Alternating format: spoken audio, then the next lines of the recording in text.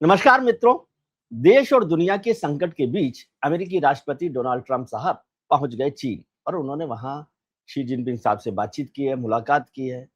हालांकि वो ज्यादातर मुलाकातें मेरे ख्याल से बिजनेस को लेकर है, उनके ट्रेड को लेकर है, अमेरिका और चीन के बीच में, और जो पूरा एक प्रतिनिधि मंडल लेकर गए हैं। लेकिन जो ईरान और जंग जो चल रही है इजराइल अमेरिका के बीच में, उससे दुनिया भर में जो संकट हुआ उसका असर अब भारत पर भी दिखाई देने लगा। प्रधानमंत्री नरेंद्र मोदी जी ने जो संदेश दिया, जो अपील की कि भाई अब ये संकट का समय है, घबराइए मत, लेकिन कुछ मितव्ययिता कीजिए, कुछ काम करना पड़ेगा, वर्क फ्रॉम होम कीजिए, सोना मत खरीदिए, जो पेट्रोल वगैरह है उसको थोड़ा सा कम काम में लीजिए, और बहुत सारी बातें की। और उसी बीच सुबह सुबह खबर आ गई कि पेट्रोल और डीजल के दाम 3 रुपए लीटर बढ़ गए।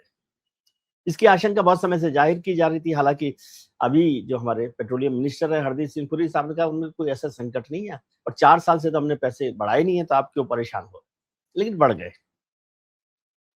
क्या जो सरकार के लिए प्रधानमंत्री जी ने कहा, और उसके बाद मैंने देखा इतने वीडियो आ रहे हैं कि सारे मुख्यमंत्री अपनी गाड़ियां छोड़कर कोई मोटरसाइकिल पर, कोई मेट्रो में, कोई बस में चल रहा है। तो ये सब दिखावा हो रहा है या प्रधानमंत्री जी के आदेश को गंभीरता से लिया जा रहा है, और इस सब से कुछ बहुत बड़ा होने वाला है। इस सब पर बात करेंगे। हिंदुस्तान और दुनिया की राजनीति को बहुत गंभीरता से, बारीकी से, गहरी नजर से समझने वाले हमारे मित्र आशुतोष जी के साथ अनकट विद आशुतोष में। आशुतोष जी को आप जानते हैं, सत्य हिंदी के फाउंडर एडिटर भी है और हिंदुस्तान की राजनीति के सक्रिय हिस्सेदार भी रहे हैं, अब पत्रकारिता के तो है ही। सर बहुत बहुत स्वागत है आपका। जब भी संकट होता है तो आपको याद करते हैं, और अब तो देश और दुनिया दोनों पर संकट है, तो आपको याद करना बहुत जरूरी हो गया। कैसे निकलेगा हल प्रभु? वो हम जब पढ़ते हैं हिंदू धर्म में कहा जाता है संकट मोचन नाम तिहार। हाँ जी। लगता है सुबह सुबह आपको कुछ मिला नहीं। आज मैं ही आपके हाथे नहीं, आप संकट मोचक हैं हमारे, तो हमने कहा की बात।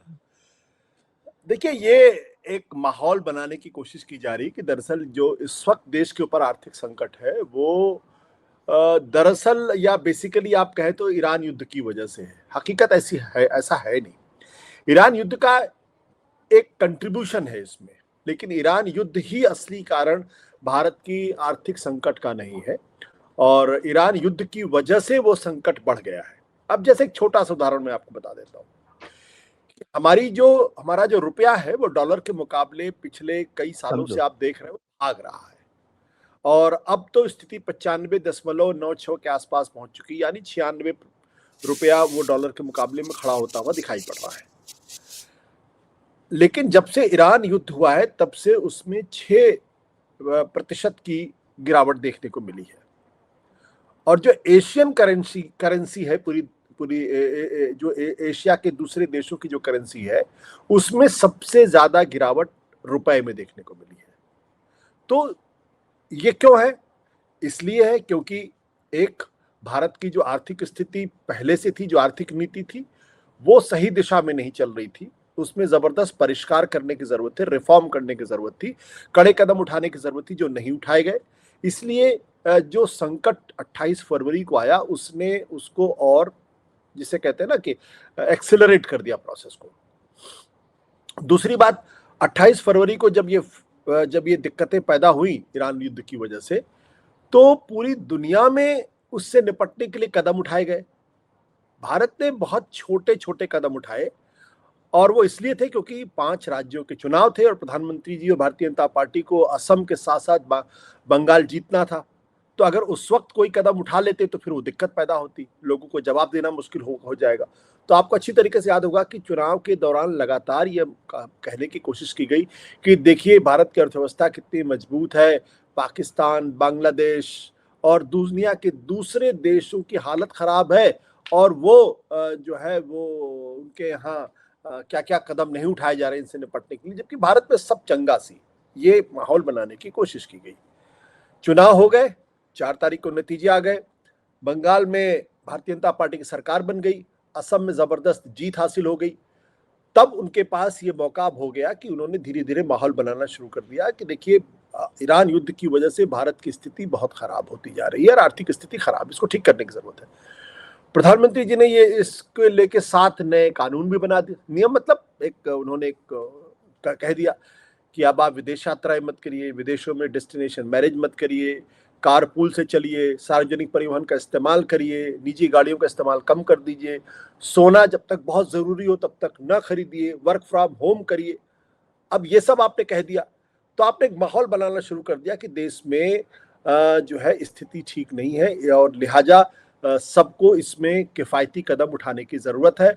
और इसको उन्होंने देश प्रेम और राष्ट्रवाद से जोड़ दिया कि अब जो आदमी कारपूल नहीं करेगा, जो आदमी मेट्रो से नहीं चलेगा, वो पता चला देशभक्त नहीं होगा, क्योंकि इस वक्त देश को उसके त्याग और बलिदान की जरूरत है। ये एक माहौल बनाया गया और फिर बहुत आसानी से आज सुबह 3 रुपए प्रति लीटर डीजल और पेट्रोल के दामों में बढ़ोतरी कर दी गई। अब ये जो कदम, ये कह सकता हूं भाई बहुत चतुराई के साथ ये कदम उठाया गया, बट मेरा बार बार ये कहना यह है कि सरकार की सबसे बड़ी दिक्कत क्या है कि आर्थिक नीतियों की जगह राजनीतिक नारों को प्राथमिकता और तरजीह दी जाती है।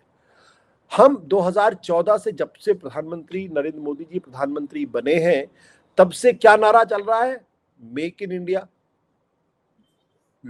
वोकल फॉर लोकल, आत्मनिर्भर, stand up India, startup India, तमाम चीजें। और ये कहा गया कि भारत 2022 तक मैन्युफैक्चरिंग सेक्टर में अपना उसका जो जीडीपी कंट्रीब्यूशन है वो 13-14% से 25% हो जाएगा। अब ये मैन्युफैक्चरिंग सेक्टर आज भी वही 12-13-14% पे ही टिका हुआ है। 2026 हो गया, 2022, और इस बारे में सरकार में कोई किसी तरीके की कोई दावेदारी नहीं की जा रही। आखिरी बार आपने कब सुना था कि भारत 5 ट्रिलियन इकोनॉमी होने वाला है? आखिरी बार आपने कब सुना था कि भारत 3rd लार्जेस्ट इकोनॉमी होने वाला है? ये नारे खत्म हो गए, क्योंकि भारत अभी तक 5 ट्रिलियन इकोनॉमी नहीं बना है और साथ ही साथ जो तीसरी सबसे बड़ी अर्थव्यवस्था बनने वाला था वहां से खिसक कर अब वो नीचे चला गया है। जापान और ब्रिटेन हमसे आगे निकल गए फिर, तो इसलिए नारा बेकार हो गया। तो सवाल इसी बात को लेकर यह है कि हमारी अर्थव्यवस्था में मनमोहन सिंह सरकार के बाद से जो बड़े कदम उठाए जाने चाहिए थे वो कदम तो नहीं उठाए गए, बल्कि उनकी जगह ऐसे कदम उठाए गए जिसकी वजह से हमारी अर्थव्यवस्था आज की तारीख में दुनिया के नक्शे पर अट्रैक्टिव नहीं है, कॉम्पिटिटिव नहीं है। इसलिए यहां पे आज की तारीख में इन्वेस्टमेंट नहीं आ रहा है, एफडीआई नीचे जा रही है, फॉरेन पोर्टफोलियो इन्वेस्टमेंट नीचे जा रहा है और भारत की अपनी कंपनियां भारत की जगह विदेशों में पैसा लगा रही। ये फंडामेंटल प्रॉब्लम है। आप एक्सपोर्ट आप आज की तारीख में कम कर रहे हैं, इंपोर्ट ज्यादा कर रहे हैं, तो जाहिर सी का बैलेंस ऑफ पेमेंट बिगड़ेगा, आपका करंट अकाउंट डेफिसिट बढ़ेगा। और हम चाइना को लेके बहुत ही बुलिश फॉरेन पॉलिसी के लेवल पर दिखाई पड़ते हैं। हकीकत क्या है? गलवान के बाद से भारत और चीन के बीच में यह कहा गया कि हम चीनी सामानों का इंपोर्ट नहीं करेंगे। चीनी सामानों का इंपोर्ट बढ़ गया है और आज की तारीख में जो चीन और भारत के बीच में व्यापार है उसमें $100 बिलियन नेगेटिव में चल रहा है, बल्कि ज्यादा चल रहा है। ट्रेड डेफिसिट है। हाँ, ये सब क्यों है? इसलिए क्योंकि जो कदम आपको उठाने चाहिए था आपने वो कदम उठाया ही नहीं, सिर्फ नारों में हम सरकार चल रही। तो ये असली कारण है जिसकी वजह से आज हमें ये पेट्रोल डीजल के दाम बढ़ाने पड़ रहे हैं। नहीं, लेकिन ऐसा भी तो है ना सर, आपने जो बात कही वो ठीक है, लेकिन कोई चुनी हुई सरकार, कोई लोकतांत्रिक सरकार, कोई जनहित का ध्यान रखने वाली सरकार या सोशलिस्ट गवर्नमेंट ये ध्यान रखती है कि जब तक बहुत जरूरी नहीं हो तब तक कड़े कदम नहीं उठाए जाए। अब सरकार 6 महीने पहले कड़े कदम उठा लेती है। आपकी बात को मान भी लें कि भाई चुनाव की वजह से नहीं किया, ठीक है, क्योंकि ये तो फैक्ट है, लेकिन 6 महीने पहले बढ़ा लेती तो आप कहते कि अभी क्या जरूरत है, ऐसा क्या संकट हो गया कि देश में सरकार को कड़े कदम उठाने की जरूरत पड़ रही है? क्यों पेट्रोल जो आज महंगा हो वो 6 महीने पहले महंगा कर देती तो आप कहते कि क्यों किया है? अभी तो पैसा भी है, पेट्रोल भी है, डीजल भी आ रहा है, कोई संकट हुआ नहीं है। तो एक समय, जितना समय टाल सकती थी सरकार कड़े फैसले लेने का, उसे टाला गया। ऐसे क्यों नहीं देखा जा सकता इस बात? नहीं, ये सोच ही गलत है अपने आप में।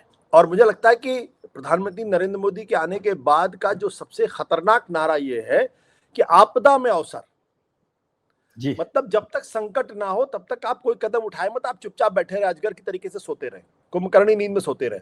जब संकट आ जाए तब आप कदम उठाए। ये जो सोच है ना, दरअसल ये दीर्घकालीन सोच की अनुपस्थिति की वजह से है। मैं ये क्यों ये बात कह रहा हूं? मैं बहुत सोच समझ के ये बात कह रहा हूं और इसलिए कह रहा हूं क्योंकि जो अर्थव्यवस्था प्रधानमंत्री जी को मिली थी 2014, 2015, 2016 तक हमारी अर्थव्यवस्था 8%, 7% जीडीपी पर ग्रो कर रही थी। मतलब ये कोई मामूली बात नहीं थी। और जिस 2004 से लेकर 2014 की अर्थव्यवस्था को हम रबिश करने की कोशिश करते हैं, दरअसल वो भारत के लिए एक बड़ा स्वर्णिम काल था।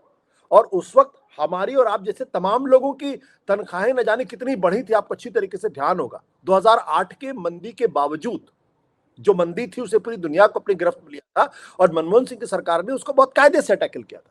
2011 के बाद उसमें थोड़ी सी दिक्कतें पैदा हुई, भ्रष्टाचार के गंभीर आरोप लगे, लेकिन फिर भी प्रधानमंत्री की जो अर्थव्यवस्था मिली थी वो बढ़ रही थी। अब जब आपको याद होगा 2014 में जब नरेंद्र मोदी जी प्रधानमंत्री बने और अचानक पेट्रोल और डीजल के दाम अंतर्राष्ट्रीय स्तर पर कम हो गए, तो प्रधानमंत्री जी ने क्या कहा था? भाई मैं तो लकी हूं, आपको याद है ना, मैं तो किस्मत वाला हूं।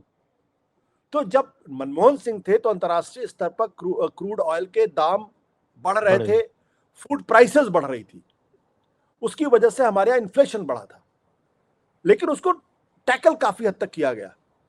हम जब प्रधानमंत्री नरेंद्र मोदी जी बने तो पेट्रोल डीजल के दाम नीचे जा रहे थे और अनाज के दाम भी नीचे जा रहे थे, उसका फायदा मिला। और चूंकि अर्थव्यवस्था के फंडामेंटल सही थे इसलिए हम 8% पे ग्रो कर रहे थे। अचानक 2000 एक दिन आप अचानक खड़े होते हैं और फिर कह देते हैं आज रात से जो करेंसी नोट है 85% वो बेकार, आपने डिमोनेटाइजेशन कर दिया बिना ये सोचे हुए कि इसका असर क्या पड़ेगा। वहां से जो अर्थव्यवस्था की कमर टूटी है वो अभी तक संभल नहीं पाई है। फिर आपने क्या किया, अगले साल जीएसटी लागू किया आनन फानन में, जिसकी वजह से जो लाखों जो small and medium scale industries थे, जो छोटे छोटे एमएसएमई वाले छोटे धंधे करने वाले थे, छोटी छोटी फैक्ट्रियां थी, उनकी कमर टूट गई। क्योंकि आप उनसे उम्मीद कर रहे थे वो सॉफ्टवेयर में काम करेंगे, उनको बेचारों को तो हालत खराब हो गई, उसका नुकसान हुआ। और फिर आप अचानक कोविड आया तो आपने एक दिन अचानक खड़े होकर कह दिया कि आप पूरे देश में लॉकडाउन, दुनिया में सबसे कठिन लॉकडाउन हिंदुस्तान के अंदर लागू और पूरे एक साल तक, एक महीने तक लागू रहा। उसका असर क्या हुआ कि जो रही कसी जो स्मॉल मीडियम स्केल इंडस्ट्रीज थी वो भी तबाह हो गई। और उसके बाद फिर ये कहा जाने लगा कि कोविड की वजह से भारत की अर्थव्यवस्था की हालत खराब हुई है। मैं आपको डेटा देना चाहता हूं, ये एक जिसे मैं कहता हूं ना कि ये सरकारें, हर सरकार आदमियों के, नागरिकों के साथ धोखा करती या छद्म पैदा करती या मिसगाइड करती। जो कोविड के ठीक पहले वाला क्वार्टर था, जनवरी से मार्च तक का क्वार्टर 2020, क्योंकि हमारे यहाँ जो लागू हुआ है वो तकरीबन मार्च के आखिरी हफ्ते में लागू किया।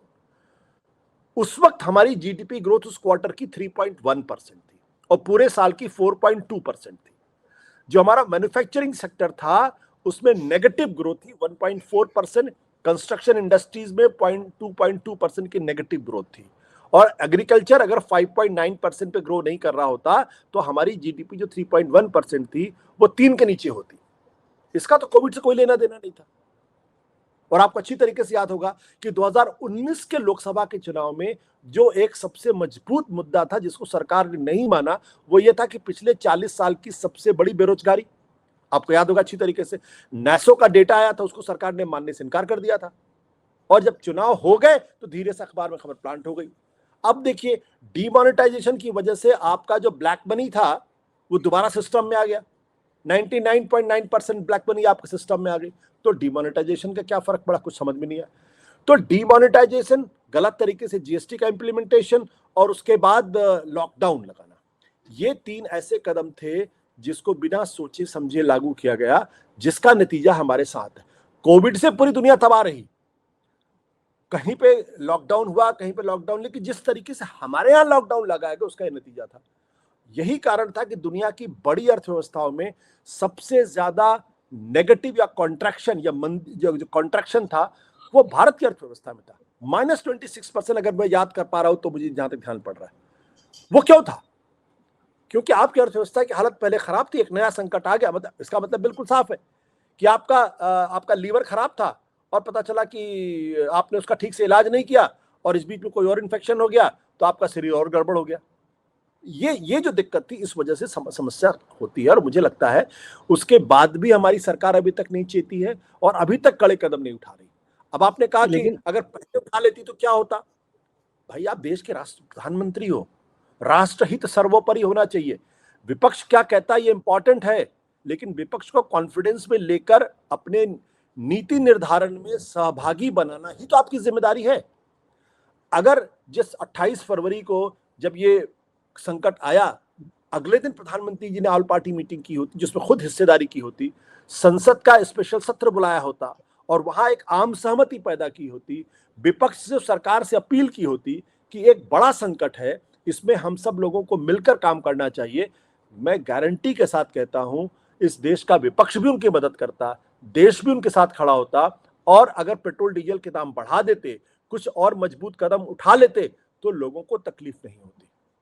लेकिन अब आप चुनाव लड़ रहे थे, आपको चुनाव में सरकारें बनानी थी, इसलिए आपने नहीं किया। ये बिल्कुल उसी तरीके के कदम में मैं आपको अच्छी तरीके से याद दिला दूं कि जब कोविड आया था और लॉकडाउन लगाने के समय तक की बात हो रही थी, उस वक्त मध्य प्रदेश के अंदर कांग्रेस की सरकार को गिरा के बीजेपी की सरकार बनाने की कोशिश चल रही थी। जब बीजेपी की सरकार बन गई उसके बाद तब उसके अगले दिन या उसके दूसरे दिन आपने वहां पे कोविड लॉकडाउन की बात की थी।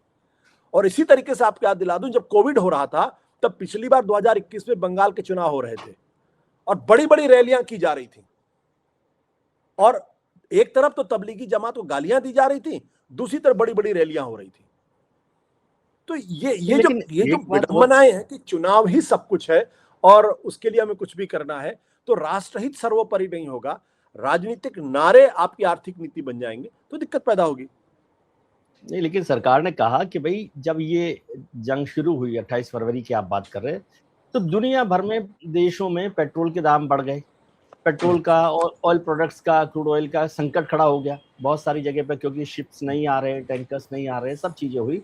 लेकिन भारत में कोई संकट नहीं हुआ, डिलीवरेबल्स में कोई परेशानी नहीं हुई, आप आराम से गाड़ियां चला रहे हैं, आराम से कर रहे हैं। और इस सब संकट के बीच में कहां से मंगाया गया, नहीं मंगाया गया, वो सब हुआ, लेकिन आपको तो परेशान नहीं किया सरकार ने और दाम भी नहीं बढ़ाए, जबकि दुनिया भर में ये सब हुआ है। तो अब क्यों कर दिया? अगर सब चंगा सी था तो अब करने की जरूरत क्यों पड़ गई? जरा मैं सरकार से सवाल पूछना चाहता हूं, अब क्या जरूरत है भाई? सब चंगा है, अभी भी गाड़ियां चल रही हैं। क्या प्रधानमंत्री के कहने के बाद हर आदमी मेट्रो पे चलने लगा है? क्या कोई नहीं चल रहा? क्या लोगों ने सोना खरीदा बंद कर दिया? क्या नहीं कर दिया? विदेश जाना बंद कर दिया? नहीं बंद कर दिया।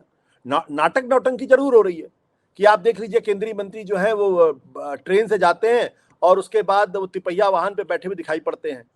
ये नाटक प्रॉब्लम क्या है कि ये सरकार आधे समय तक नाटक नौटंकी में ही चलती रहती है। अरे भाई, प्रधानमंत्री की सुरक्षा जरूरी है, उस पर कटौती नहीं होनी चाहिए। कल अगर हमारे प्रधानमंत्री कुछ हो गया तो कौन इसके लिए जिम्मेदार होगा? ये फैसला प्रधानमंत्री जी करेंगे या उनकी सुरक्षा की जो इंचार्ज लोग हैं वो करेंगे कि प्रधानमंत्री की सुरक्षा में कितनी गाड़ियां होनी चाहिए, कितनी गाड़ियां नहीं होनी चाहिए? क्या प्रधानमंत्री की सुरक्षा में लगी हुई गाड़ियों को कम करने से भारत की अर्थव्यवस्था बेहतर हो जाएगी? नहीं होगी।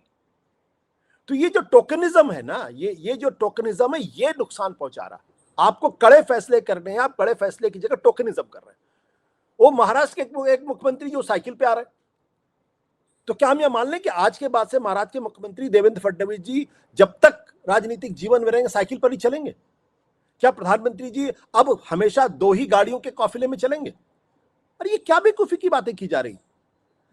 प्रधानमंत्री की सुरक्षा सर्वोपरि है, उसमें किसी तरीके की कटौती नहीं होनी चाहिए। मुख्यमंत्री की सुरक्षा सर्वोपरि है, कैबिनेट मिनिस्टर की सुरक्षा सर्वोपरि। जहां पे कटौती करनी है वो हिंदुस्तान के अंदर जो आंचे पांचे छोटे मोटे तमाम नेता जो जेट कैटेगरी की सिक्योरिटी, जेट पे सिक्योरिटी, वाई सिक्योरिटी लेके घूम रहे हैं, वहां पे कटौती करने की जरूरत है। ये जो बड़ी बड़ी गाड़ियां जो एसयूवीज लेके लोग जो डीजल को पीती हैं, उन गाड़ियों प्रतिबंध लगाने की जरूरत है। आप उस पर कार्रवाई नहीं करोगे, आप और हम फोटो ऑफ करके उस पर मस्त हो जाएंगे। देखिए ये जो संकट है बहुत गंभीर, लेकिन ऐसा नहीं करते तो आप ही कहते हैं कि प्रधानमंत्री जी खुद ने तो गाड़ी कम नहीं की है, सीएम साहब ने अपने काफिले में तो गाड़ी कम नहीं की और हमें आदेश दे रहे हैं। काश प्रधानमंत्री जी मेरे कहने पे चलते तो बहुत अच्छा होता, फिर तो ये दुनिया स्वर्ग हो जाती। मैं तो गारंटी के साथ कह सकता, मैं उनको ऐसी 3 सलाहें दे सकता हूं जिसपे हिंदुस्तान अगले 100 साल तक दुनिया पे राज करेगा। करेंगे, उसमें फैसला करेंगे वो। अभी दे दीजिए आप, फिर देखते हैं कि सलाह मानी जाएगी कि नहीं मानी जाएगी। मैं क्यों ये बात कह रहा हूँ, देखिए विजय जी, गंभीरता के साथ मैं कहना चाहता हूँ, आज की हमारी अर्थव्यवस्था की सबसे बड़ी दिक्कत क्या है कि हमारी अर्थव्यवस्था जो है वो दुनिया के इन्वेस्टमेंट के लिए कॉम्पिटिटिव नहीं है, दुनिया के इन्वेस्टमेंट के लिए अट्रैक्टिव नहीं है। इसलिए अगर मैं पिछले 6 साल का डेटा, पिछले 6 साल में 4 साल के जो डेटा मैं आपके सामने रख रहा हूं, जब भारत का जो जिसे कहते हैं एफपीआई, फॉरेन पोर्टफोलियो इन्वेस्टमेंट, यानी भारत के इक्विटी मार्केट में जो लोग पैसा लगाते हैं और उससे वो पैसा कमाते हैं, वो अपना पैसा भारत के मार्केट से निकाल के वो दुनिया के दूसरे हिस्सों में लगा रहे हैं, बाहर लगा रहे हैं। 2021 में 1,34,000 करोड़ जो एफपीआई है वो देश से बाहर गया। 2022 में 1,30,000 करोड़ देश से बाहर गया। 2025 में 1,66,000 करोड़ रुपया वापस बाहर गया। और इस साल ईरान संकट की वजह से अगले से 5 महीने में 2 लाख करोड़ से ज्यादा का रुपया हिंदुस्तान से बाहर। अब ये जो 2021 में हुआ, 22 में हुआ, 25 में हुआ, ये तो ईरान संकट के पहले का संकट है। तो आपका एफपीआई बाहर क्यों जा रहा, आपका एफडीआई नीचे क्यों जा रहा, आपका रुपया डॉलर के मुकाबले कमजोर क्यों हो रहा, ये क्यों ऐसा हो रहा? इसके पीछे कुछ तो फंडामेंटल कारण होंगे। फिर प्रधानमंत्री जी ये कहते हैं कि सोना आम आदमी को खरीदना बंद। एक चीज और डेटा दे देता, कोर इंडस्ट्री इस वक्त नेगेटिव ग्रोथ में है, 0.4%। कोर इंडस्ट्री मतलब जो सरकार के विकास की नींव का पत्थर है, कोर इंडस्ट्री, वो 0.4% पे ग्रो कर रही है। माइनस मतलब कॉन्ट्रैक्ट करी, ग्रो नहीं करी, बल्कि नेगेटिव ग्रोथ है उसमें। पिछले 19 महीने का सबसे खराब प्रदर्शन है कोर इंडस्ट्रीज का। इसके साथ साथ अगर आप देखें, अब जो आपका WPI यानी होलसेल प्राइस इंडेक्स, वो 8% से ज्यादा निकल गया है। आपका जो रिटेल इन्फ्लेशन है वो भी बढ़ रहा, 3.4% पे आ रहा। अब इन सब चीजों के बीच में अनएम्प्लॉयमेंट रेट 5% पे चला गया है। लेकिन सबसे विडंबनापूर्ण बात क्या है कि प्रधानमंत्री जी कह रहे हैं कि आम नागरिक गोल्ड ना खरीदे जब तक जरूरी ना हो। और आपको जान के हैरानी होगी, खुद सरकार बम्पर गोल्ड खरीद रही। आरबीआई ने पिछले साल 880 टन गोल्ड जो है वो खरीदारी की है। लेकिन वो तो फॉरेक्स रिजर्व के लिए चाहिए ना, जो सरकार खरीद रही है वो तो आपको फॉरेक्स रिजर्व के लिए चाहिए होता है। जितना फॉरेक्स रिजर्व होगा उतनी आपकी मजबूत आर्थिक स्थिति होगी। उसको आप यही तो प्रॉब्लम है ना, आपके आम आदमी के सोना खरीदने से तो नहीं जोड़ सकते ना। नहीं, बिल्कुल बिल्कुल आपकी बात सही है। लेकिन आप गोल्ड को इंपोर्ट कर रहे हैं। जब आप इंपोर्ट कर रहे हैं तो उसका बिल कौन देगा?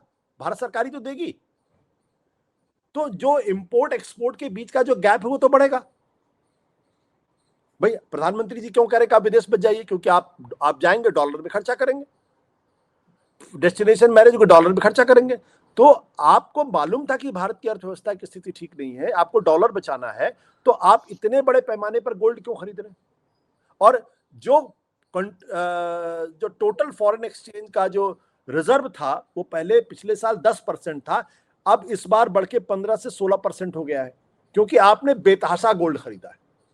तो दोनों चीजें एक साथ नहीं हो सकती कि आम नागरिक से कहे कि आप सोना मत खरीदो और खुद आप विदेश से सोना खरीद रहे हो।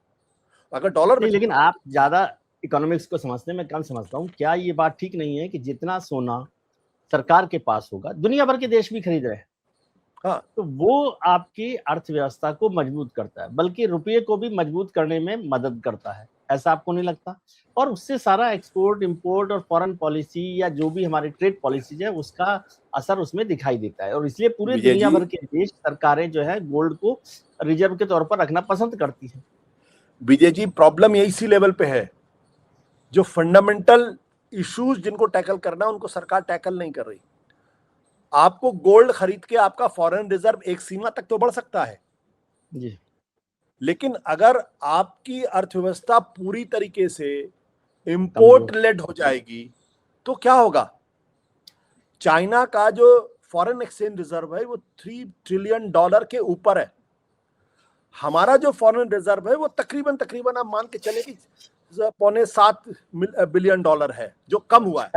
पहले 600 था, 650, 700 था, हाँ। है ना? आपको प्रॉब्लम कहां पे आ रही? प्रॉब्लम ये हो रही है कि हम इंपोर्ट एक्सपोर्ट नहीं कर पा रहे चीजों को। आपकी जो मैन्युफैक्चरिंग सेक्टर है वो बैठा हुआ है। क्योंकि मैन्युफैक्चरिंग सेक्टर बैठा हुआ है, उसको ठीक करने के लिए कोई बढ़िया कदम नहीं उठाए गए, और इसलिए आपकी अर्थव्यवस्था की हालत ये खराब है। तो जब अब चाइना दुनिया की इतनी बड़ी ताकत क्यों बना? इसलिए बना क्योंकि उसकी इकोनॉमी एक्सपोर्ट लेड है।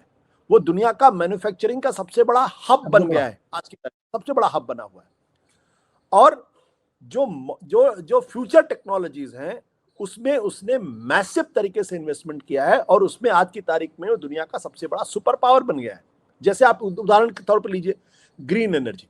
हमारा एक चीज और मैं बता दूं आपको, हमारा जो एनर्जी पे जो प्रॉब्लम किस लिए आ रही है, क्योंकि जब प्रधानमंत्री नरेंद्र मोदी 2014 में बने थे, तब हम 70% के आसपास या 75% के आसपास हम क्रूड ऑयल इंपोर्ट करते थे, इंपोर्ट कर रहे थे। वो बढ़ के 88% हो गया है। यानी हमारी डिपेंडेंस क्रूड ऑयल पे बढ़ गई है, पेट्रोलियम प्रोडक्ट पे बढ़ गई है, हमारी डिपेंडेंस ज्यादा बढ़ गई है। और ये एक इतनी बड़ी कमजोरी है कि कोई भी आपकी बाएं ऐट सकता है, रेट सकता है। जैसे आज की तारीख में आप क्यूबा को देख लीजिए, क्यूबा पे अमेरिका ने ब्लॉकेट कर रखा है, अब वहां 24 घंटे बिजली नहीं आ रही, क्योंकि वहां ऑयल सप्लाई नहीं हो पा रही, एनर्जी सप्लाई है नहीं है। इसके लिए जो कदम उठाने चाहिए थे वो कदम नहीं उठाए गए। इसके लिए क्या करना चाहिए था? इसके लिए आपको ग्रीन एनर्जी पे इन्वेस्टमेंट करना चाहिए था, सोलर एनर्जी पे इन्वेस्टमेंट करना था, विंड एनर्जी पे इन्वेस्टमेंट करना था। चाइना आज की तारीख में विंड एनर्जी में मार्केट लीडर है, 70% से ज्यादा वो उसका है। सोलर एनर्जी में भी मार्केट लीडर है वो। और हम सोलर एनर्जी पर खर्च करने की कोशिश कर रहे हैं, लेकिन हम मैक्सिमम सोलर पैनल्स जो हैं वो चाइना से इंपोर्ट कर रहे हैं। इंपोर्ट। आप सोचिए, क्या हम भारत में सोलर पैनल नहीं बन सकते? अगर हमने उस दिशा में काम किया होता तो 10 साल बहुत होता है एक इंडस्ट्री को डेवलप करने के लिए। हमने नहीं किया। हम बैटरी के मामले में कहाँ हैं? कहीं नहीं है। आर्टिफिशियल इंटेलिजेंस के मामले में, टेक्नोलॉजी में हम कहाँ हैं? कहीं नहीं है। सेमीकंडक्टर में हम कहाँ हैं? कहीं नहीं है। जो ताइवान दुनिया का इतना बड़ा लोगों की आंखों में है, आंख में, और अमेरिका की आंख में क्यों है? क्योंकि वो एआई की चिप्स बना रहा है और उसमें वो मार्केट लीडर है।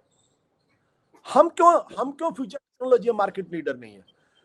जब राजीव गांधी ने इस बात को पहचाना 1980 के दशक में और उन्होंने कंप्यूटराइजेशन की बात की, उसका असर यह हुआ कि भारत सॉफ्टवेयर के इंडस्ट्री में मार्केट लीडर एक तरीके से बन गया। और दुनिया के जो सबसे बड़ी बड़ी कंपनियां, माइक्रोसॉफ्ट या गूगल, उनके सीईओज भारत के लोग हैं। वो राजीव गांधी ने जो कंप्यूटराइजेशन का प्रोसेस शुरू कराया था, उसका यह नतीजा था। प्रधानमंत्री नरेंद्र मोदी के आने के बाद से हम ये उम्मीद करते थे कि एआई के मामले में, सेमीकंडक्टर, बैटरीज, ग्रीन एनर्जी में काम होना चाहिए था। हमने इस पे काम नहीं किया। अब क्या हो रहा है कि ये एफपीआई का आउटफ्लो क्यों हो रहा है? इसलिए हो रहा है क्योंकि हमारी जो इंडस्ट्रीज हैं वो उन चीजों पर पैसे नहीं लगा रही हैं, या वो कॉम्पिटिटिव नहीं है जो बाहर की इंडस्ट्रीज है। दुनिया को मालूम है कि अगर इन्वेस्टर, तो मेरे को मालूम है कि अगर मैं आर्टिफिशियल इंटेलिजेंस में अगर मैं पैसे लगाऊंगा तो मेरा पैसा बनेगा। मैं अगर ग्रीन एनर्जी पे लगाऊंगा तो मुझे पैसा बनेगा। सेमीकंडक्टर, बैटरी में लगाऊंगा तो मेरा पैसा बनेगा। इलेक्ट्रिक व्हीकल में पैसा लगाऊंगा तो मेरा पैसा बनेगा। हम इनमें से कहीं नहीं है। चाइना आज की देखिए, एलन मस्क जो है टेस्ला, वो एक जमाने में इलेक्ट्रिक व्हीकल्स का मार्केट लीडर था। चाइना ने मार के उसका पटरा कर दिया है। आज China electric vehicle 70% market control करता है। तो हमने क्या इलेक्ट्रिक व्हीकल्स में काम किया? नहीं किया। तो अब ये सब अट्रैक्टिव इंडस्ट्रीज हैं, हमारे यहाँ इन इंडस्ट्रीज के लिए स्कोप नहीं है, तो बाहर लोग पैसे लगा रहे हैं, क्योंकि वहां ये असली कारण है जिस पर हमारी सरकार काम नहीं कर रही है, और जिसके लिए इस सरकार को दोष देना ही पड़ेगा। इसके अलावा दूसरा कोई चारा नहीं है।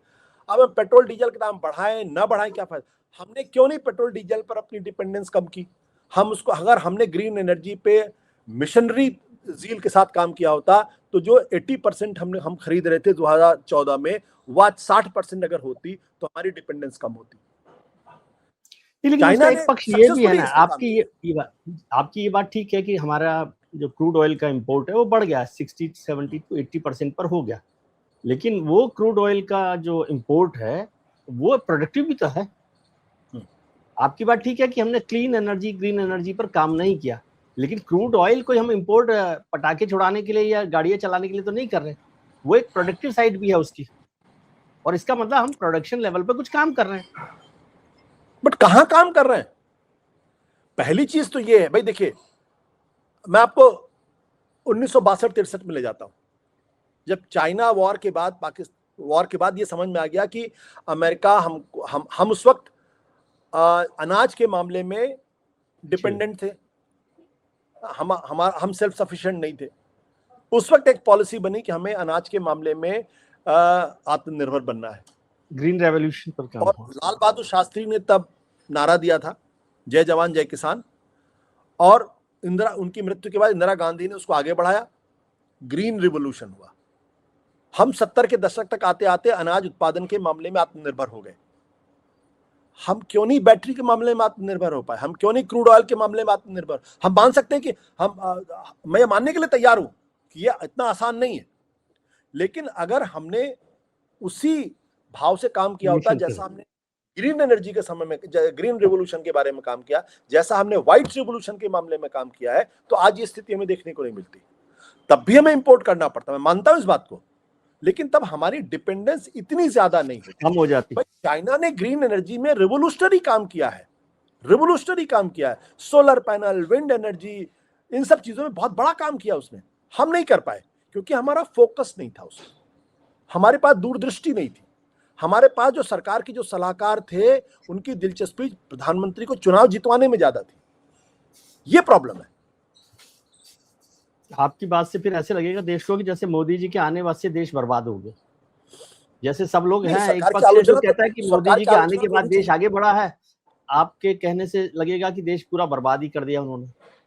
नहीं, ऐसा है? ये तो इतिहास तय करेगा कि देश को उन्होंने बर्बाद किया या देश को एक नई क्रांति के जनक बन के उभरे हैं। ये तो मैं तो नहीं हूं, मैं तो उस काबिल नहीं हूं कि मैं उनका, लेकिन हाँ, जो चीज मुझे अपने आंखों के सामने दिखाई पड़ रही है और जिसके साक्षात प्रमाण है, वो उसको तो झुठला नहीं सकते। अगर उन्होंने एनर्जी के मामले में भारत को इंडिपेंडेंट कर दिया होता तो मैं जरूर उनकी तारीफ करता, लेकिन आपने डिपेंडेंस तो बढ़ा दी।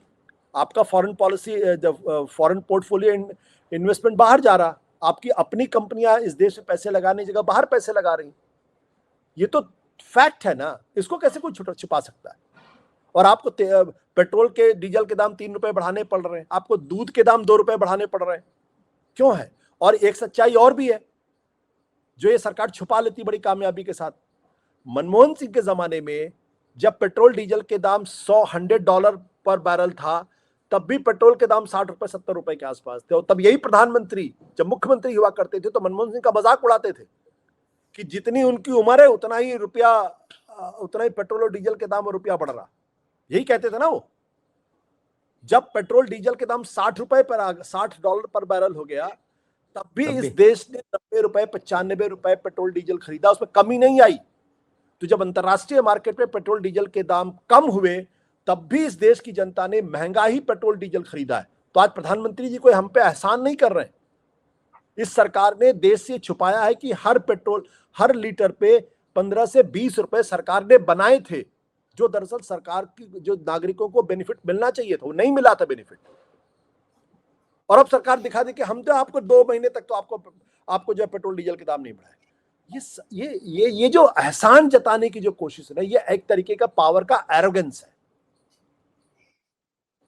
ठीक है, तो आखिरी सवाल, अब आप जो देश को आगे बढ़ाना चाहते हैं और आप कह रहे हैं कि आपकी 3 सलाह सरकार मान ले तो देश जो है आगे बढ़ जाएगा, तो मेहरबानी करके वो सलाह दे दीजिए। सरकार चाहेगी तो देश को आगे बढ़ाना तो मान ही लेगी। ये कहानी फिर से ही हमसे न पूछे इस तरीके से। देखिए, सबसे बड़ी बात क्या होती है कि सरकार को ईमानदार होना चाहिए। जब सरकार और प्रधानमंत्री एक पार्टी के प्रधानमंत्री हो जाते हैं, तब सारी दिक्कत पैदा होती है। प्रधानमंत्री के सामने बड़ी बड़ी नारे किए जाते हैं, nation first, nation first, nation first. अगर नेशन फर्स्ट होता तो जो आंख बंद करके आपने डिमोनेटाइजेशन किया, उसके भी पॉलिटिकल इंपोर्ट थे, और आप इस देश के मीडियोकर लोगों को आगे नहीं बढ़ाए होते। आप इस देश के ब्रिलियंट लोगों को आपको काम देना था। प्रधानमंत्री का काम क्या होता? खुद अर्थव्यवस्था को तो नहीं चला सकते ना। आपको इस देश का जो सबसे ब्रिलियंट आदमी है, जो दुनिया का जो सबसे ब्रिलियंट इकोनॉमिस्ट है, उसको इस जिम्मेदारी देनी थी। आप देखिए, नरसिम्हा राव के अंदर वो सलाहियत थी, उनके पास वो पॉलिटिकल कैपिटल नहीं थी, लेकिन 1991 में जब देश बड़े आर्थिक संकट में फंसा था तो उन्होंने अपने बीच के जो सबसे ब्रिलियंट लोगों में से एक हो सकते थे, मनमोहन सिंह को फाइनेंस मिनिस्ट्री दी, और उन्होंने जिस तरीके से इकोनॉमिक रिफॉर्म करने की कोशिश की, उसका नतीजा ये कि आज हम 4+ ट्रिलियन इकोनॉमी पे बैठे हुए हैं और दुनिया की फास्टेस्ट ग्रोइंग इकोनॉमी का दावा भी करते हैं और दुनिया की बड़ी अर्थव्यवस्थाओं में से एक का दावा करते हैं। प्रधानमंत्री जी को ये चाहिए था कि बिना किसी लाग लपेट के 2014 में अगर इस देश के बेहद काबिल अर्थशास्त्री को अगर उन्होंने विदेश वित्त मंत्रालय दिया होता तो आज ये दिन देखने को नहीं मिलता। हमने तो दुनिया के जाने माने अर्थशास्त्रियों को जो भारत के लिए काम कर रहे थे, मुख्य इकोनॉमिक एडवाइजर्स थे, उनके लिए ऐसे हालात पैदा कर दिए कि उनको देश छोड़ के जाना पड़ा। ये जब आप मीडियोक्रिटी को आगे बढ़ाते हैं, जब पॉलिटिकल लॉयल्टी को आगे बढ़ाते हैं, जब पार्टी को आगे बढ़ाते हैं और नेशन फर्स्ट की जगह पार्टी फर्स्ट हो जाती है, तब ये दिक्कत होती है। मैं तो सलाह देने की स्थिति में नहीं हूं, लेकिन मैं प्रधानमंत्री जी से उम्मीद जरूर करता हूं कि अब तो नेशन फर्स्ट की बात करो आप, और वो फैसले करो जो हमको पसंद हो या ना पसंद हो, विपक्ष आलोचना करे ना आलोचना करे, लेकिन जिससे देश का, राष्ट्र का फायदा हो। चलिए सर, हम देखते हैं कि क्या कर रहे हैं। प्रधानमंत्री जी ने तो कहा ही है कि देश के संकट से उबारने के लिए ये सारी चीजें करनी चाहिए, और उस पर बहुत सारे लोग काम कर रहे हैं, बहुत सारे लोग नहीं कर रहे, लेकिन आपने बहुत अच्छे से पूरे संकट को समझाया है और बहुत साफ गोई के साथ ही बात की है। हो सकता है सरकार में बैठे लोगों को भी ये बात समझ में आए कि क्या आता है, क्या हो सकता है। बहुत शुक्रिया आपका कि आपने वक्त निकाला इस सब चीजों को समझाने के लिए। थोड़े बहुत मुझे समझ आई, मेरी थोड़ी बुद्धि कम है तो माफ कीजिएगा, मुझे कम समझ आई होगी। तो हम उम्मीद करते हैं कि आपके लिए आने वाला दिन आज से बेहतर हो। आप अपने मित्रों, परिजनों, रिश्तेदारों के साथ खुश रहिए, मस्त रहिए, व्यस्त रहिए, स्वस्थ रहिए, और भैया जी को सूरज की त्रस्त सलाह मान रखिए। के